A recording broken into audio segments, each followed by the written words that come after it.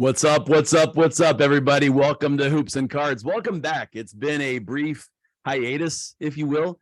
It's been merely a week since we've had our last episode, and a lot has happened with the NBA. So I'm excited to welcome you guys back and to be back with you, basketball card collectors, investors, Discord chatters, snipers that wait for the eBay deals, card dealers, and sharks. I don't know what you do. I just know I'm glad you're listening to our show. I'm so glad you tuned in. Our goal from the beginning here at Hoops and Cards, which started 3 years ago. Wait a minute, 2 years ago. We're celebrating our second birthday, going into year 3 here with Hoops and Cards. So I'm Gary, your host, and great to welcome you back. The NBA, guys, there's a lot going on, and actually, this is an episode. I have this tendency to sometimes record myself talking about basketball or do a first take of a show like this, and then I'll listen to it, or then a couple of days go by and I'm like, I just got to delete that. And this is like episode take 3, where I wanted to talk about injuries. I wanted to pick your brain a little bit.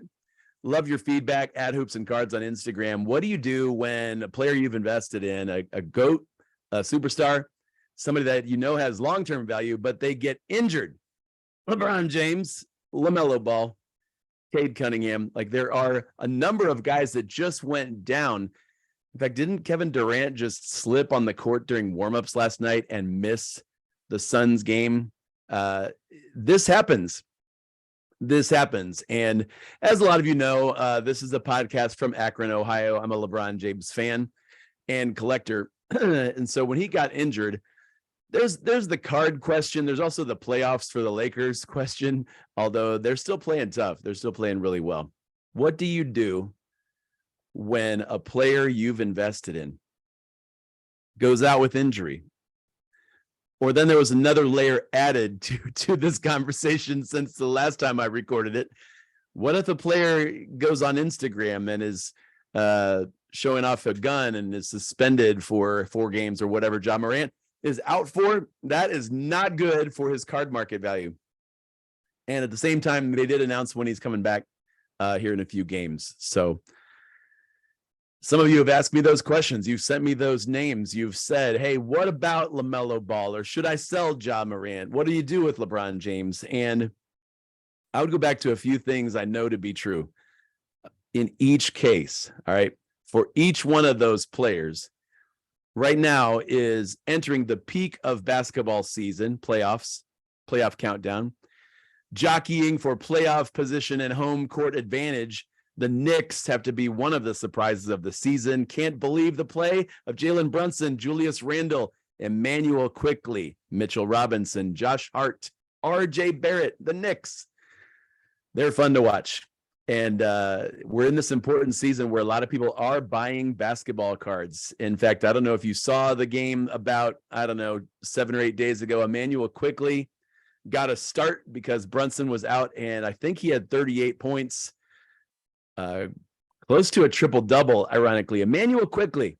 And here at Hoops and Cards, we love players like that who aren't yet starting, and they're not yet superstars, but they show off when they get the chance. They score a lot of points. They have the ball, and they're fun to watch. So Emmanuel Quickley is a player that I have bought some cards in, found in the $1 box to the $2 box or the $5 box at card shows. But just out of curiosity, you guys, when he had that huge night, I went on eBay just to see how awake and alert the basketball card market was reacting to this game. And let me just give you some encouragement. The basketball card market is alive and well and ready to respond, whether it's Damian Lillard dropping 60 again tonight. I don't know if they play. Portland plays every night, it seems like. Or Donovan Mitchell going for 71, or a player like Cam Thomas. You know, this season has shown us once again that players that pop, there is going to be a quick response. But let me address the injuries, because this is the opposite of pop. This is the opposite of performance and good reaction. When LaMelo Ball went down and it was declared he was out for the season, Charlotte fans, maybe you want Victor Wembanyama. Of course you do. LaMelo Ball, though, we'd evaluate his card market and say, all right, he probably wasn't going to the playoffs anyway. Charlotte's not in the top 8 or 10 or 12. So he was not looking forward to a rise in card value and popularity in April. And he was definitely looking forward to an off-season slump. The basketball card market goes down starting in late June and continues to slump all the way until December. So there were going to be some buying opportunities for Lamelo and LeBron and Cade anyway, right? But with LaMelo Ball, is it a buying opportunity right now with him being injured? I would say no.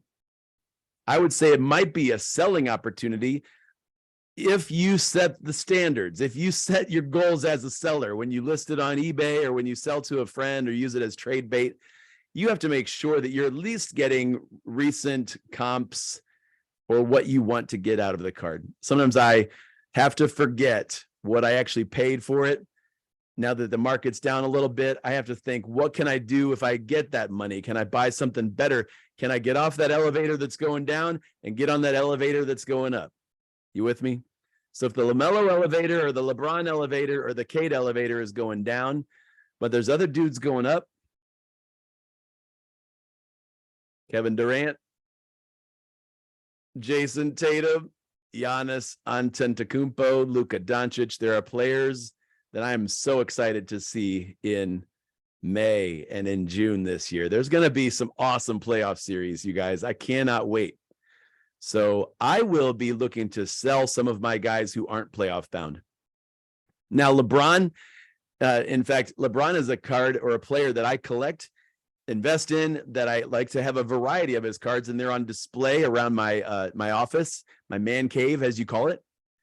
So I don't really have the need to sell any of his cards right now. It's just,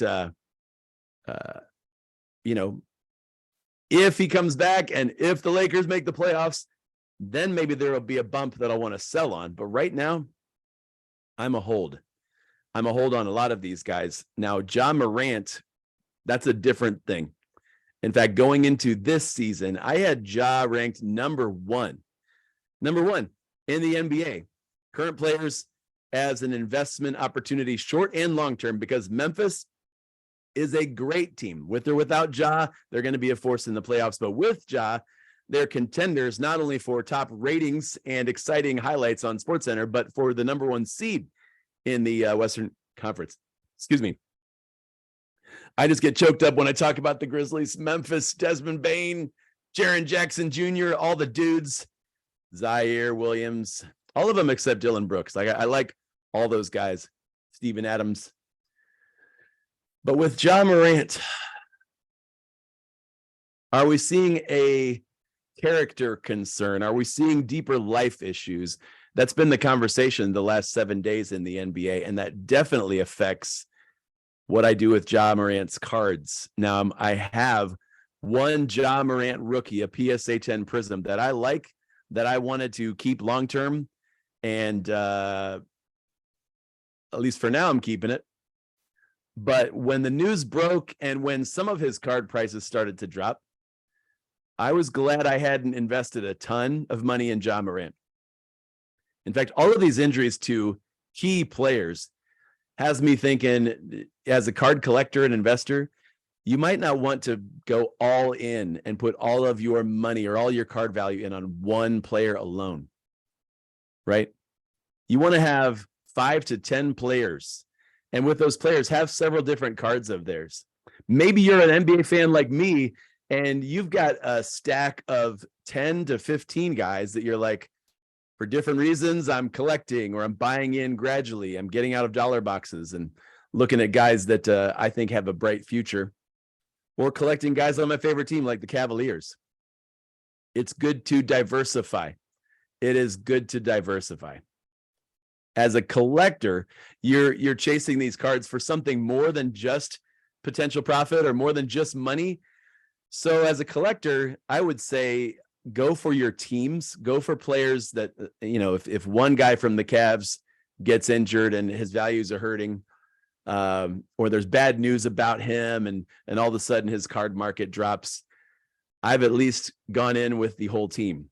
some of you guys doing fantasy basketball. In fact, on our Discord, the Discord channel at Hoops and Cards, message me on Instagram. Guys, if you're not in the Discord, that's a great place to share ideas, give feedback, celebrate your wins, talk about cards that you pulled, talk about deals you made. I love it. Love learning from all of you guys. So thank you for participating. If you want to join the Discord, it's absolutely free. It's just a great way to connect.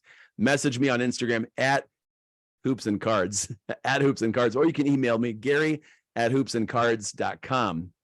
Gary@hoopsandcards.com. If you still use email, right? Go for it. Go for it. We'd love to have you in this conversation. How have you diversified? Because injuries, bad news, holdouts, trades, sometimes guys don't know where they're going to fit in again. And then even if a guy, maybe he's out for a little while because of a trade or because of an injury, returning to a new lineup, there's not always this smooth transition or this scheduled transition. Like I had a couple of my favorite players that I invest in or collect in just for the fun of it, but also they've been profitable for me. They've all had injuries this season. Fortunately, they were injuries in like November and December, and they're past those. So I'm talking about Desmond Bane, Darius Garland, and Tyrese Maxey. I don't know what's keeping Anthony Simons out right now, but he's on the struggle bus. Those guys all had to gradually return from injury, and Tyrese Maxey even, I don't know if you'd call it a demotion. He ran the second unit for the Sixers for a while and just was not himself. I don't know if that vote of confidence about being a starter makes such a difference, but they moved him back to the starting lineup 5 games ago. Tyrese Maxey is averaging about 27 points a game back in the starting lineup. So the Sixers look really good.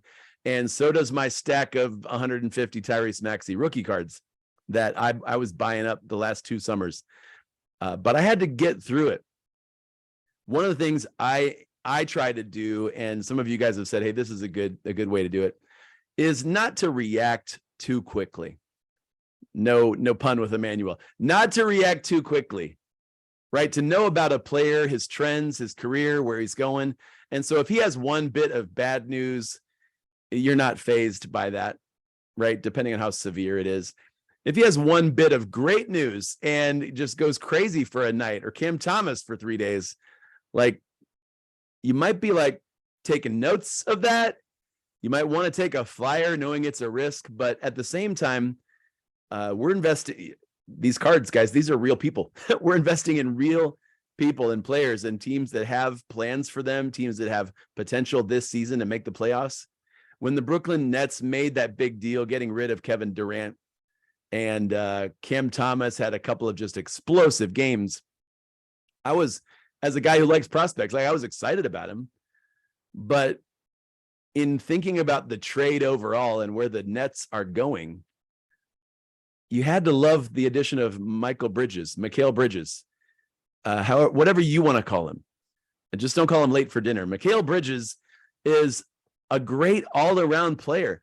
And his arrival and Spencer Dinwiddie's too, sent Cam Thomas back to the bench. Why? Because Cam's a young player who needs to learn a lot before he's trusted on the court as a defender, as a passer, as a leader. He's got some growing up to do. He can score. No question about that. That's why I'd say he's worth a risk as a prospect, as a guess that I think has a lot of potential. But Bridges, Cam Johnson, those 2 young studs who didn't play starring roles in Phoenix. I mean, Bridges was great, but he was like, 4th option on offense? Now he's the man in Brooklyn. He's playing outstanding basketball. And yeah, I'm starting to look at his cards, especially if Brooklyn makes the playoffs. I like Bridges a lot. I do. We are looking for guys that maybe during a pop or during a transition, they step up into new roles. Like, yeah, Ja Morant is out, but guess who's stepping up in his place? Quite frequently, it's Tyus Jones, or it's a little bit more Desmond Bane, or a little bit more Jaren Jackson. And these moments, while frustrating for the Grizzlies, they are they're helpful for the depth of their team to develop, and they also give us a chance to see other players shine. Jalen Brunson, sorry he was out, but Quickly should be nobody's backup. The question with Quickly and some of these players is, will they ever get the chance to be a star. That's when you see their card values really take off. When they become the number 1 or number 2 guy on a team's offense that's going to the playoffs, like Jalen Brunson, it happened right in front of our eyes, guys. The last 12 months, Jalen Brunson became that. He is him, whatever that means. You know, these guys like make a dunk and I'm like, I'm him. Like I could tell you're him. Like, okay. It's just a funny thing to say, but yeah, Jalen Brunson is a guy that just did what I'm telling you about. A player who is all kinds of potential, all kinds of scorer, just needs the ball in his hands, just needs a team to trust him. Jalen Brunson got that this past season with the Knicks, and now look at him. The last 10 games, he's averaging close to 30. What if Emmanuel quickly gets that? What if Bridges now has that in Brooklyn? What about contenders? Everybody talks about the Joker and making everybody else around him better. Don't forget that Jamal Murray is just good. He's flat out good, and he's back, right? He's back. A lot of you haven't seen Denver play live, but Porter Jr. and Jamal Murray, huge potential buys maybe going to the playoffs because their card prices are still seem like a bargain to me. So, guys, let's take a break. We'll talk more about things to watch as we head towards the playoff push.